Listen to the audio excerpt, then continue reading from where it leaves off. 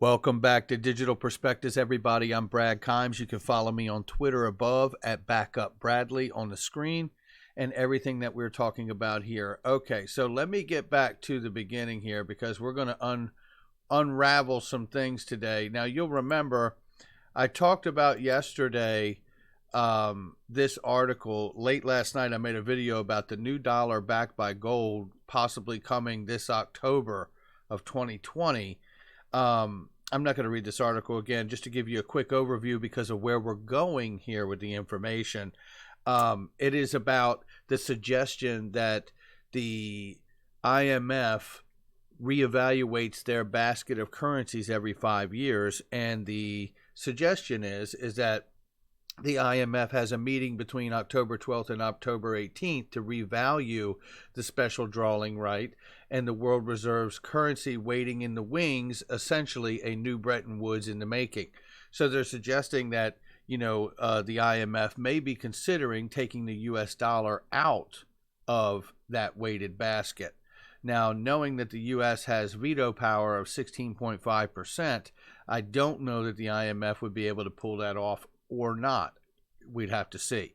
But it's interesting because we do know that they do reevaluate the basket every 5 years, and they are considering going to a electronic SDR at the same time that this article suggests they're considering reevaluating the basket as well. So with all of that in mind, let's go to this really quickly because I want to read you this section here. This is from December 2019, full disclosure here.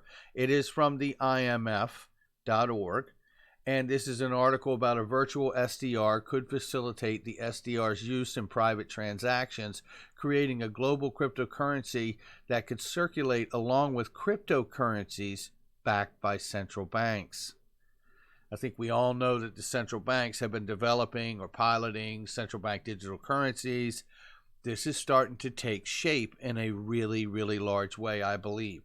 Now, one of the things that I want to continue to discuss when we get done this piece, because I have a great clip for you of Jeremy Allaires from Circle and Denelle Dixon from Stellar and Interstellar, that you are going to be really, I think, floored by the enthusiasm and the positivity of what they feel is coming for this entire crypto space. It is very exciting to listen to the exchange that they talk about, and we're going to talk about what does it really take to get there? What does it really take? All right, let's read this piece really quickly and then we'll move on. Step further and finance IMF programs with the SDRs that have been allocated, thus enabling global monetary creation to take place in a way similar to in which the central banks created domestic money. This would be the most important reform of the system and would echo the proposals made 4 decades ago by eminent IMF economists, Jack Pollock. The simplest way would be to treat the SDR's countries' holds as deposits in the IMF, which the institution could then lend to countries in need.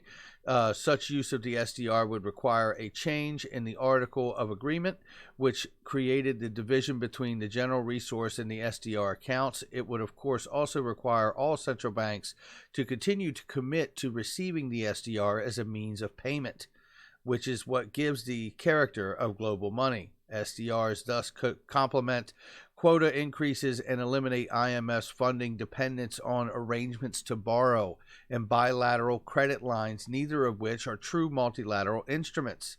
If I could just interject here, the SDR launched in 1969. They wanted it to be a currency, a world reserve currency, and it failed miserably. And the reason it failed miserably in large part is because it lacked the liquidity, because they lend it to countries, and at this current form that it is in, you do not spend it the way you spend currency in your country, like for shoes, haircuts, sneakers, and consumer products. It is more looked at this day and age as a bond or a note, and then you're lending against that, as they just suggested. So they're looking to change that. Okay, they're looking to change that. What is it going to take to change that? I'll tell you what it's going to take to change that. Market infrastructure. Hey, do you guys know of anybody who's a blockchain infrastructure company out here that could help with something like that?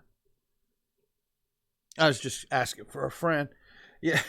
The more active use of SDRs would have three additional advantages. First, it would spread across all countries the seigniorage generated by issuing a global currency. Oh, I'm sorry. Did they say all the countries, the seigniorage generated by issuing a global currency? Isn't that, in fact, what the accelerator program for Ripple and XRP was when they allocated?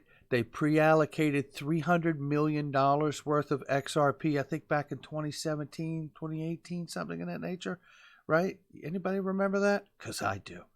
And seigniorage is a method of implementing and disseminating a new currency throughout the world by incentivizing the market makers to use it. So it's pretty remarkable that they're using the same language here. Let's keep going. Second, it would reduce demand from emerging markets and developing economies for foreign exchange reserves as self-insurance. Both advantages would be enhanced if there was an agreement to take into account factors besides quota contributions to increase developing economies share in SDR allocations. Third, it would make the international money system more independent of U.S. monetary policy, strengthening the IMF as the center of global financial safety net should involve reinforcing its precautionary instruments. Robust precautionary facilities would also help overcome any stigma associated with borrowing from the IMF beyond those currently in place. These precautionary instruments should include a global swap arrangement, an idea that the IMF staff proposed of the executive board in 2017 and the G20 Eminent Persons Group recommended last year. This is a recommendation now. This is a open tabletop discussion with the G20 Eminent Persons Group. The SDRs could be used to finance such a facility. A number of analysts, Richard Cooper, Barry Eichenberg, and Tommaso Pato Chapa, I just messed his name up and I apologize, but I think we're going to hear from that gentleman here shortly, or I believe, I could be wrong. Among others have suggested that any ambitious reform of the SDR should be embraced. The private use of this global currency.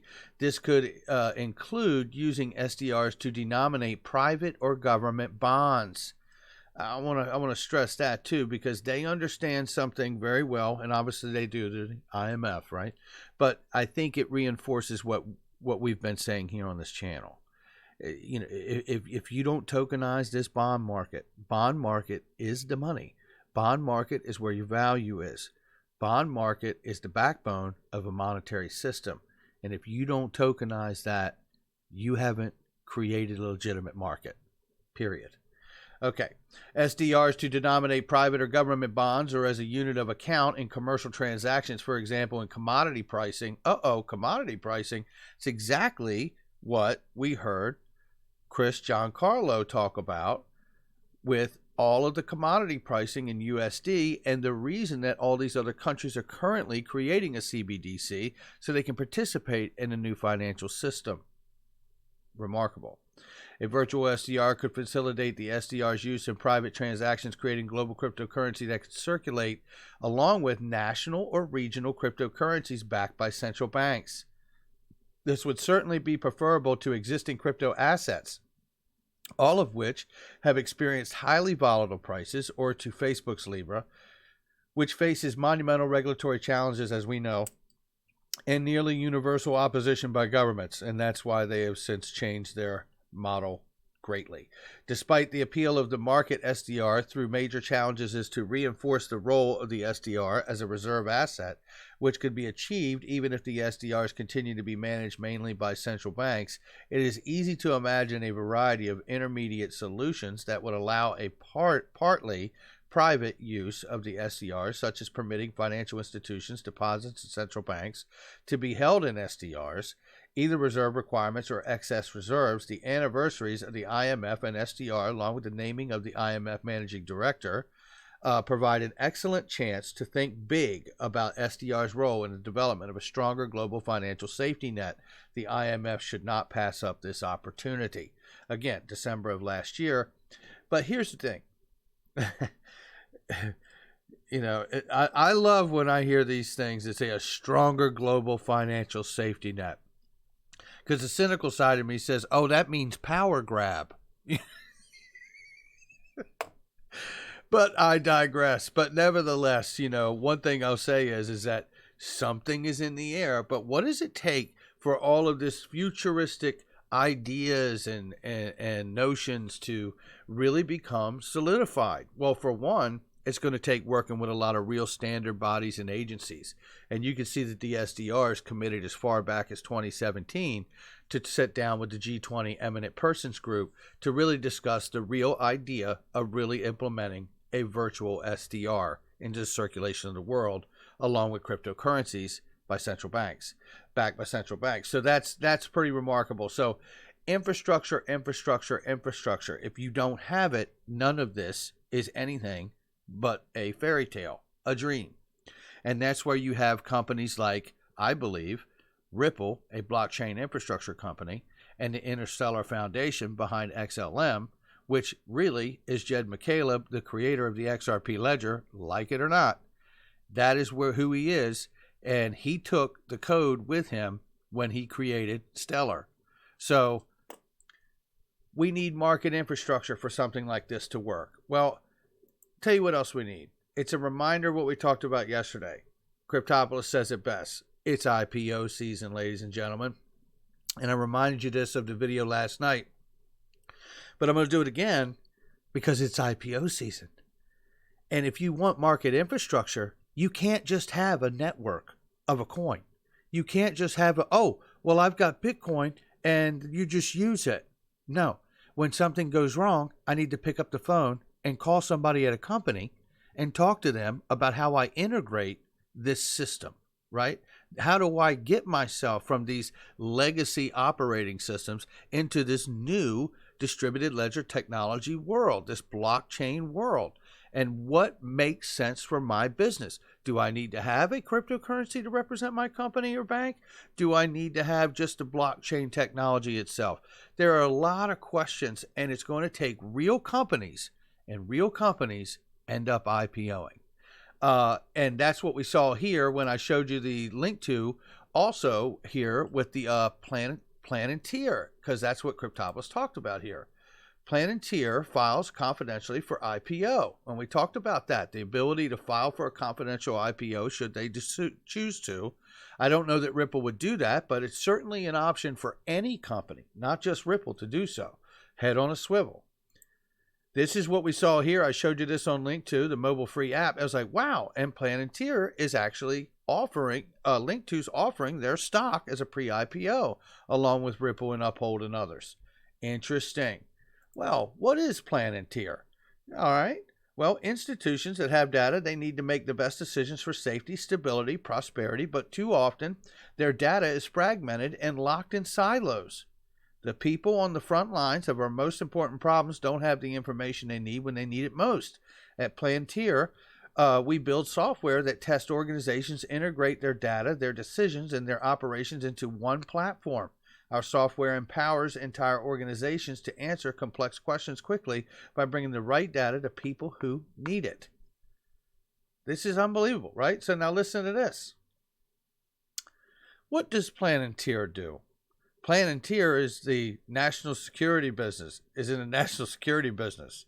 That's what Palantir software is designed to do. It collects it collects and synthesizes the data, helping government employees stop plots before they're carried out through to execution. Really?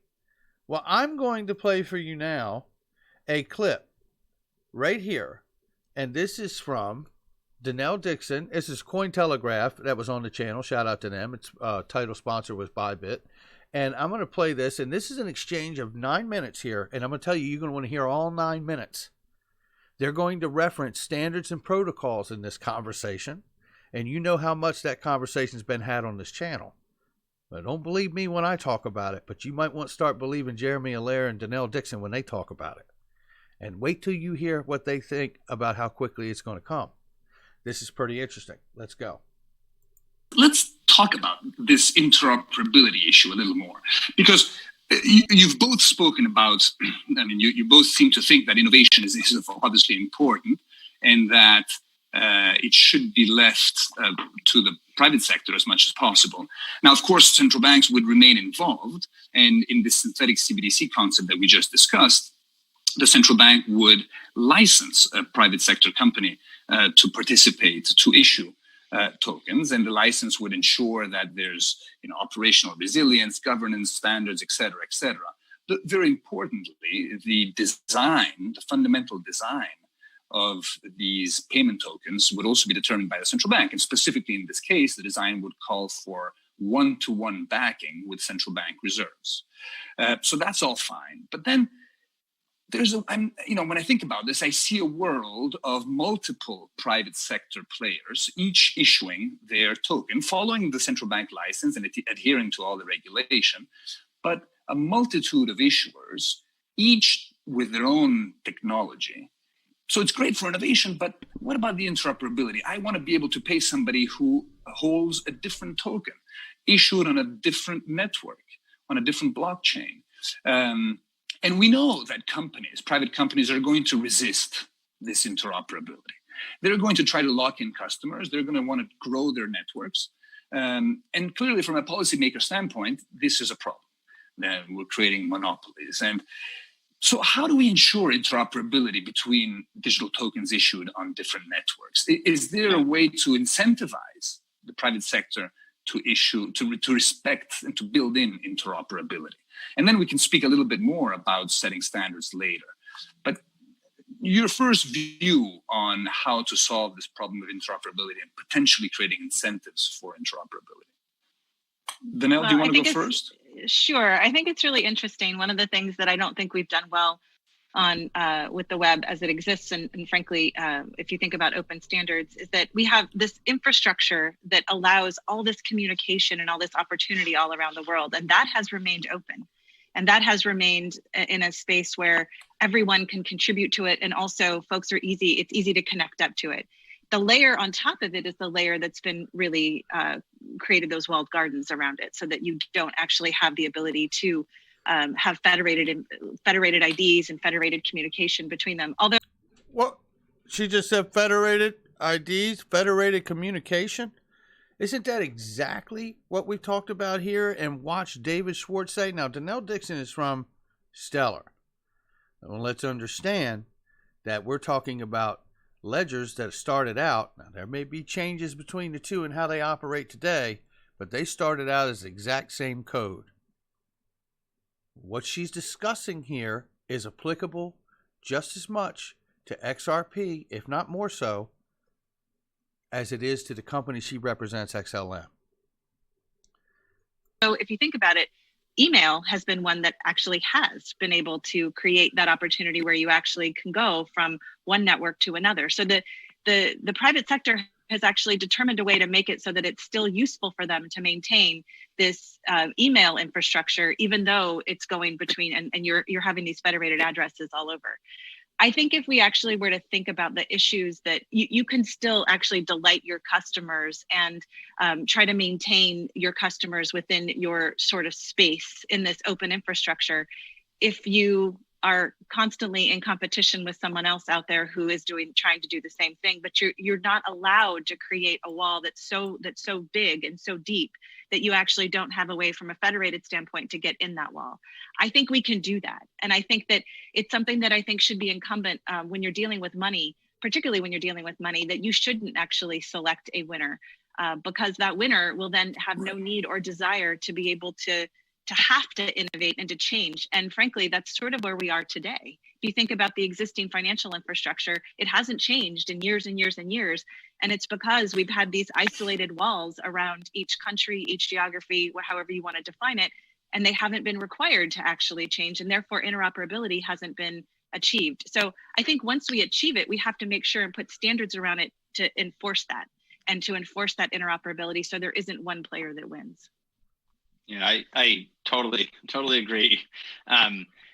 We've said for a long time, the opportunity with public blockchains is to create an HTTP of money, which is the idea that there are standard protocols that everyone can agree on, and that there are bodies that come together to improve that and contribute to it, with lots of companies that compete with each other to do that. I mean, obviously, Denelle knows this incredibly well from the work at Mozilla and web standards. Mozilla. And, Yeah, absolutely.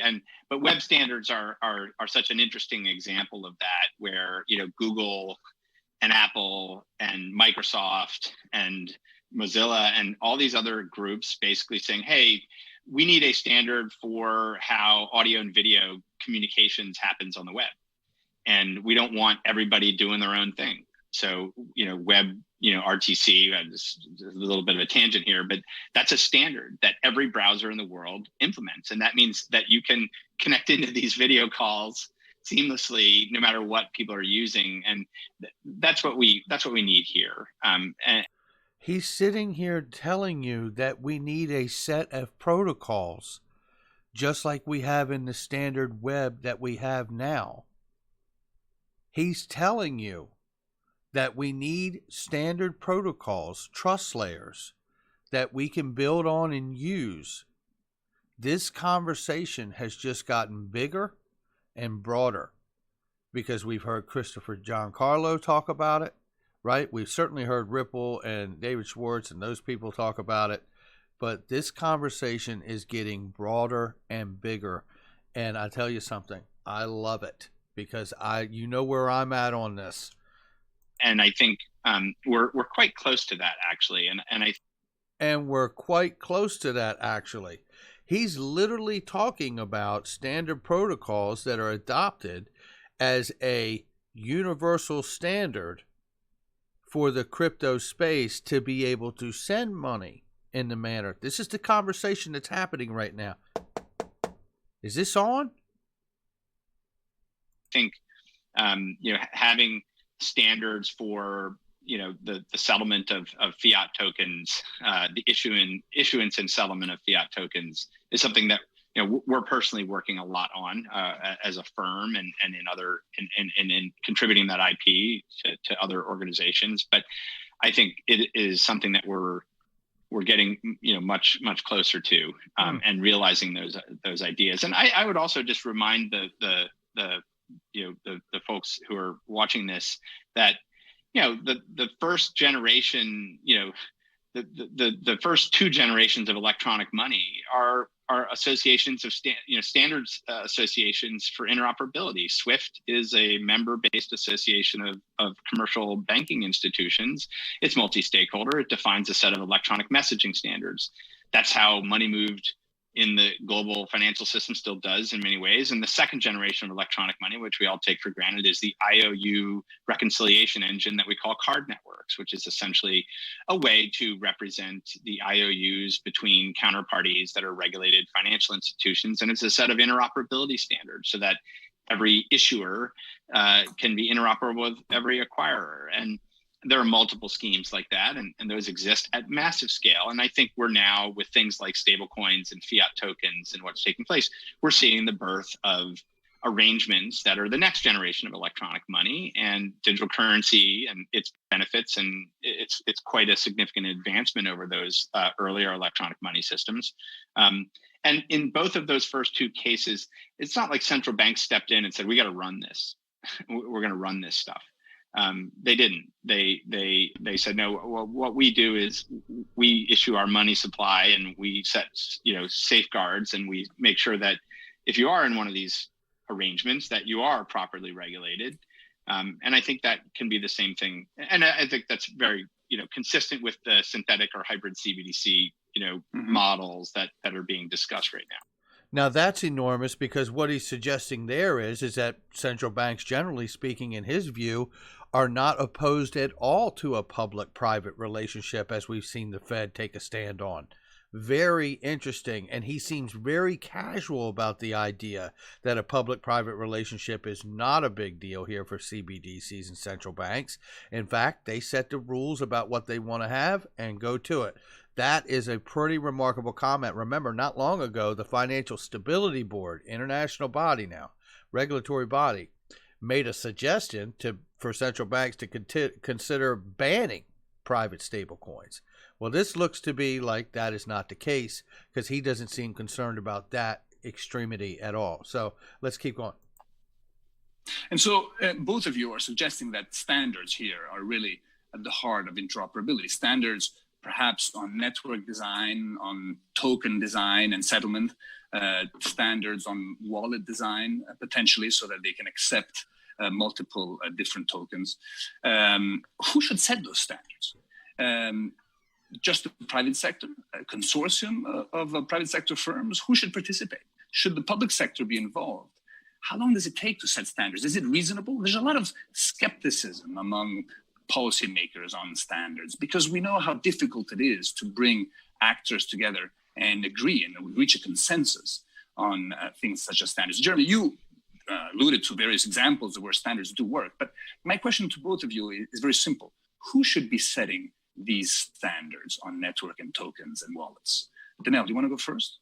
Well, we already have standards bodies that know how to operate very well on the web. And I think that, yeah, it takes a long time to set standards in terms of making sure those standards actually work and will work across networks and will work in different ways. But a long time is actually just a process of ensuring that everybody can plug into those. So like web standards didn't take forever to get set up. It actually was a relatively streamlined process.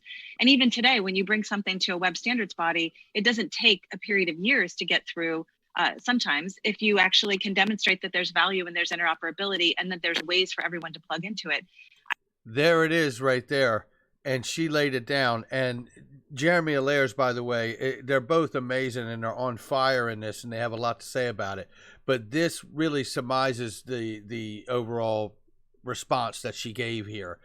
She doesn't cite any specific one standards body, but I want to stress to you guys while you're listening to this is that you're listening to two contexts in which they talk about standards, right? They're talking about standards as in rules and regulations that apply.